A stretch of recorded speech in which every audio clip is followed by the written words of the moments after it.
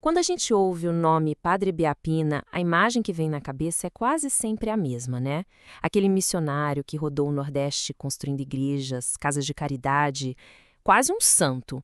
Mas olha, essa imagem, essa é só a ponta do iceberg. É o último capítulo de uma história cheia de reviravoltas que pouca gente conhece. Agora, e se a história fosse um pouco diferente? E se antes de ser padre, ele tivesse sido tudo isso que está aí na tela? Professor, deputado, chefe de polícia, juiz e advogado. Parece a biografia de umas 5 pessoas, mas não. É a história de um homem só. A história que ficou escondida por trás da batina. Então, a grande pergunta é essa. Quem era o José Antônio Pereira Ibiapina antes de ser o padre Ibiapina? O que faz alguém com uma carreira dessas largar tudo? Para a gente entender o mito, primeiro a gente precisa conhecer o homem. E a jornada dele, bom, ela começa de um jeito bem diferente do que terminou. Vamos voltar lá para 1806, no Ceará. Como acontecia com muitos jovens de família boa naquela época, o futuro do Biapina parecia traçado desde cedo. Ele foi mandado para o famoso seminário de Olinda com uma missão bem clara: ser padre. Era esse o destino que todo mundo esperava para ele. Só que o destino às vezes tem um jeito bem bruto de mudar os planos. E no caso dele, entre os 17 e os 20 anos de idade, uma série de tragédias não só mudou o rumo da vida dele, mas demoliu completamente o caminho que ele estava seguindo. Essa virada na vida dele começa com uma sequência de perdas tão rápida, mas tão rápida, que é até difícil de processar. Não foi uma coisa só, foi um golpe atrás do outro, que forçou o jovem Ibiapina a amadurecer do jeito mais duro que existe. Olha só a velocidade com que tudo acontece. Em 1823, a mãe dele morre num parto. 2 anos depois, o pai dele é fuzilado em praça pública por questões políticas, junto com o padre Mororó, na Confederação do Equador. E como se não bastasse, no ano seguinte, o irmão mais velho morre no exílio. Em 3 anos, o mundo dele virou de cabeça para baixo. E é aqui, com apenas 20 anos, que tudo muda de vez. Aquele jovem que sonhava com o seminário, de repente, se vê numa posição completamente diferente. Ele agora era o chefe da família. Tinha que cuidar dos irmãos mais novos. A vida religiosa teve que ficar para depois. A prioridade agora era sobreviver. Mas o Ibiapina não era de se deixar abater.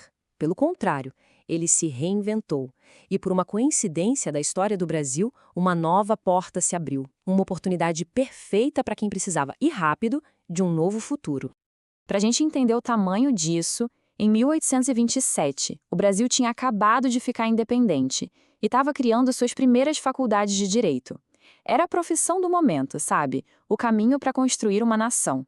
Para um cara inteligente como o Ibiapina, com uma família para sustentar, era a chance da vida dele. E aqui fica muito clara a encruzilhada na vida dele. De um lado, o caminho da fé, que as tragédias o forçaram a abandonar. Do outro, o caminho da lei, uma carreira nova, cheia de futuro. Ibiapina não pensou 2 vezes. Ele trocou o seminário pela academia de direito, a teologia pelas leis. E olha, ele não só escolheu essa nova vida, ele simplesmente dominou esse universo. A ascensão do Ibiapina no mundo do direito foi, assim, meteórica. Ele rapidamente se tornou uma das mentes mais respeitadas da sua geração. Os feitos dele são impressionantes. Ele fez parte da primeiríssima turma de formados em direito no Brasil. E o cara era tão brilhante, mas tão brilhante, que mal pegou o diploma e os próprios professores já o indicaram para dar aula. Com 27 anos, ele já era professor de gente que ia se tornar figurão no Império, tipo Barão de Cotegipe. E para não ter nenhuma dúvida, tá aí a prova, o registro oficial, o diploma dele. Esse documento é mais do que um papel. É o símbolo de uma virada de chave completa. O ex-seminarista agora era, oficialmente, um dos primeiros advogados formados no Brasil.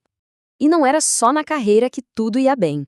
Na vida pessoal, também. Ele se apaixonou por uma moça chamada Carolina Clarence de Alencar. Ficaram noivos, casamento marcado. Pensa só, carreira de sucesso, status, um grande amor, ele tinha conquistado tudo que um homem podia querer naquela época. E é exatamente aqui, no auge de tudo, no topo do mundo, que a história dá a sua virada mais misteriosa. Depois de construir essa vida inteira longe da igreja, alguma coisa acontece. Aquele caminho que parecia ter ficado lá atrás, esquecido, de repente volta a aparecer. E essa é a pergunta que fica no ar, o grande mistério. o que faz um homem bem-sucedido largar tudo, a carreira, o status, até a mulher que ele amava, para voltar à vida religiosa que ele tinha sido forçado a abandonar anos antes.